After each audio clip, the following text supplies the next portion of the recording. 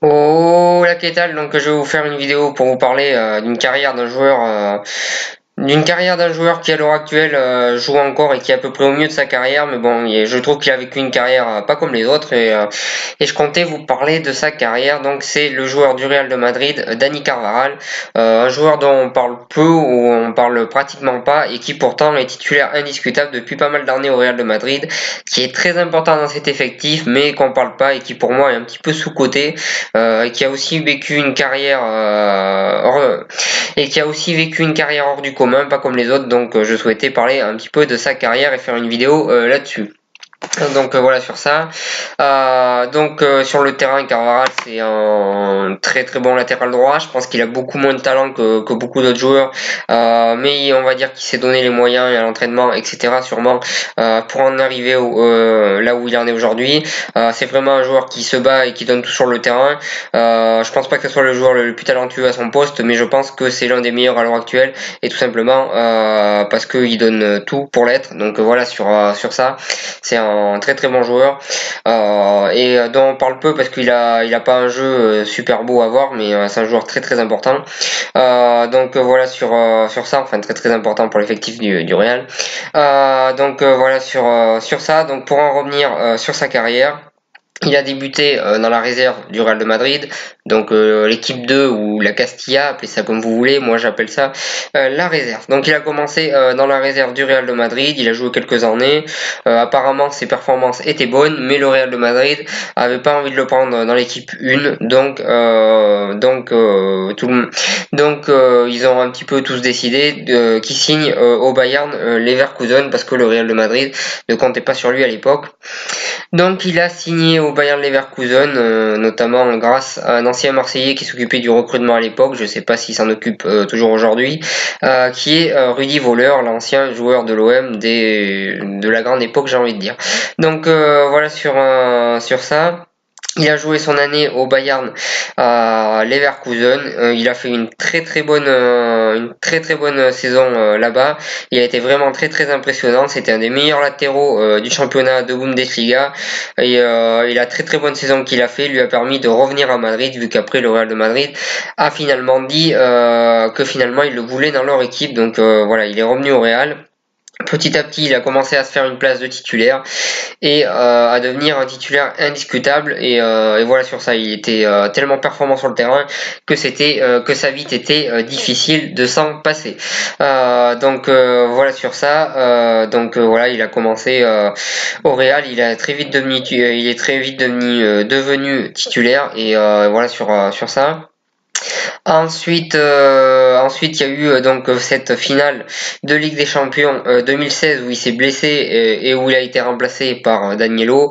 Danilo, l'ancien joueur latéral, enfin le latéral brésilien qui a fait un passage au Real de Madrid totalement catastrophique.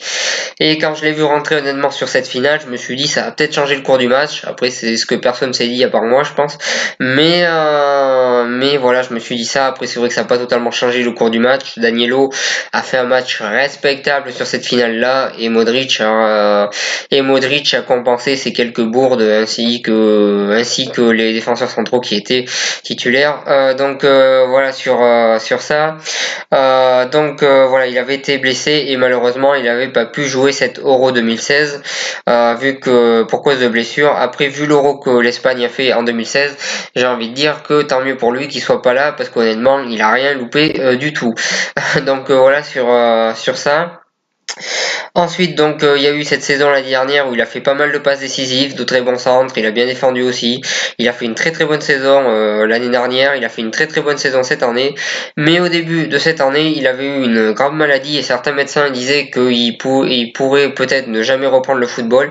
Et finalement, au bout de 2-3 mois, il a repris le football très très rapidement. Il est très très vite revenu sur le terrain et tant mieux pour lui tout simplement.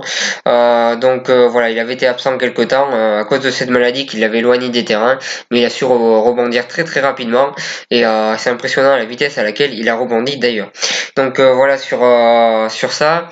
Ensuite, pour parler un petit peu de sa saison, de cette année, après cette grave maladie, donc il y avait eu ce joli arrêt de la main qu'il a fait contre le Barça, qui lui a valu un carton rouge totalement mérité, mais après j'ai envie de dire que le match aller face au Barça du Real de Madrid était tellement loupé que j'ai envie de dire que ça a totalement rien changé son arrêt de la main, même si honnêtement je savais pas qu'il était aussi un très bon gardien de but.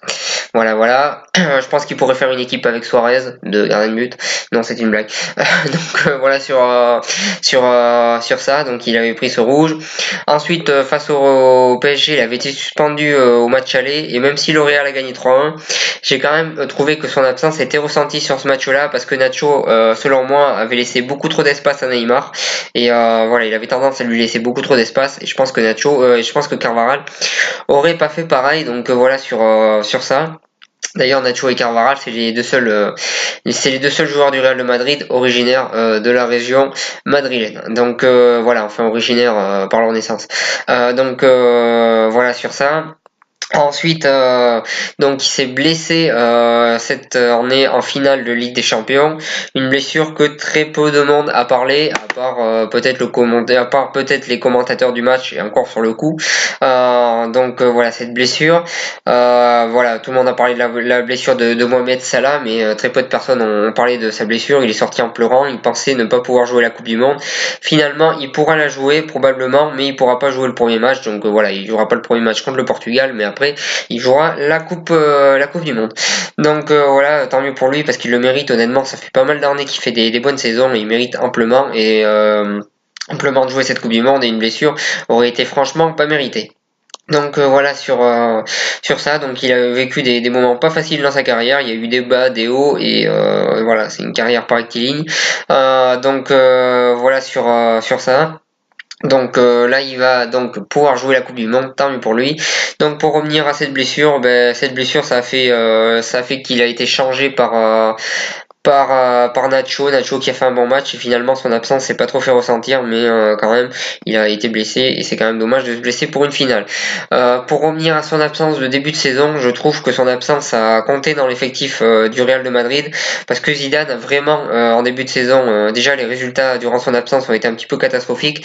Alors je pense pas que ça soit dû que à ça, mais je pense que c'est aussi dû à ça, aussi dû à son absence. Donc voilà sur ça, mais je pense que ça a été aussi dû à son absence, parce que Zidane a eu beaucoup de mal à trouver un latéral droit à son niveau, parce que tout simplement Nacho a pas fait des grands matchs au début de saison quand il l'a remplacé, et Arfafa Kimic, désolé pour la prononciation que je viens de massacrer, était plutôt bon en attaque, mais avait quand même faisait quand même énormément d'erreurs défensives. Donc voilà sur ça, je pense que son absence a aussi beaucoup compté dans les mauvais résultats de début de saison du Real de Madrid. Voilà sur ça, pour moi c'est un joueur très très important de l'effectif du Real de Madrid, qu'on parle peu, qui est un petit peu sous-coté selon moi, et je comptais un petit peu mettre sa carrière en lumière avec cette vidéo. Donc voilà sur ça, voilà sur cette vidéo. Si vous avez aimé, n'hésitez pas à partager, à cliquer j'aime et à en parler autour de vous. Moi je vous remercie de m'avoir suivi et je vous souhaite une bonne continuation.